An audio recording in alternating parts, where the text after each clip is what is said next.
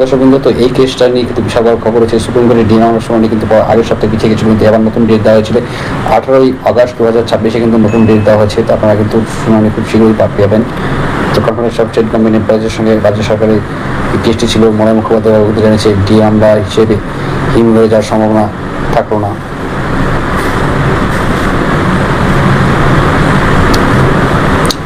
তো 18ই আগস্ট কিন্তু পরবর্তী শুনানি রয়েছে। তো সেখানে স্টেট গভর্নমেন্ট এমপ্লয়ি সাধারণ সম্পাদক মলয় মুখোপাধ্যায় বলেছেন এবার একটা কথা চলছে, ডিএ মামলা পার্ট হার্ড পরিণত হয়েছে এবং সেই সংক্রান্ত বিষয়টি তিনি কিন্তু জানিয়েছেন। তো আগামী 18ই আগস্টে যে মামলাটি শুনানি ছিল সেখান থেকে কিন্তু শুনানি পরবর্তী কিন্তু দিনক্ষণ ধার্য করা হয়েছে।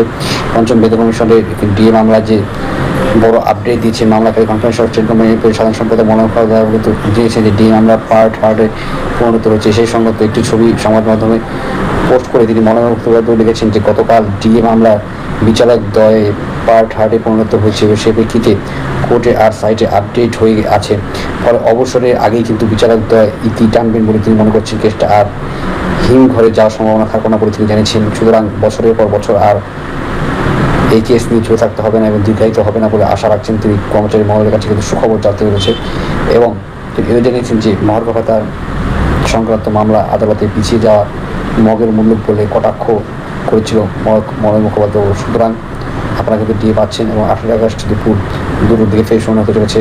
বিচারপতি সঞ্জয় করোড় এবং বিচারপতি প্রশান্ত কুমার কৃষ্ণের বেঞ্চে কিন্তু সেই শুনানিটি হতে চলেছে এবং মনিটরিং কমিটি রিপোর্ট দেবে এবং রিপোর্ট দেখে কিন্তু পরবর্তী শুনানির দিন বিস্তারিত হবে এবং বক্তব্য রাখবে এবং বাদী বিবাদীর উপর লক্ষ্য রাখবে তাদের বক্তব্য। এবার হাইকোর্টের এই মামলা পরবর্তী শুনানি কী হয় সেটা কিন্তু এবার দেখা। তো আশা করছি আমার লাইক এবং শেয়ার হচ্ছে সাবস্ক্রাইবের পাশে অবশ্যই ধন্যবাদ ঠিক দেখার জন্য। কিছু কিছু বই আমি রিকমেন্ড করে দিচ্ছি। এখানে সুন্দর সুন্দর গল্পের বইগুলো রয়েছে। রবীন্দ্রনাথ, শরৎচন্দ্র চট্টোপাধ্যায় এবং অন্যান্য মহাকবি যেগুলি বাংলার মহাকবিগুলো রয়েছেন তাদের কিন্তু সুন্দর সুন্দর কিন্তু আমি সেই বইগুলো দিয়ে দিচ্ছি। আপনারা লিঙ্কে ক্লিক করে বইগুলো কিনে পড়তে পারেন। ধন্যবাদ।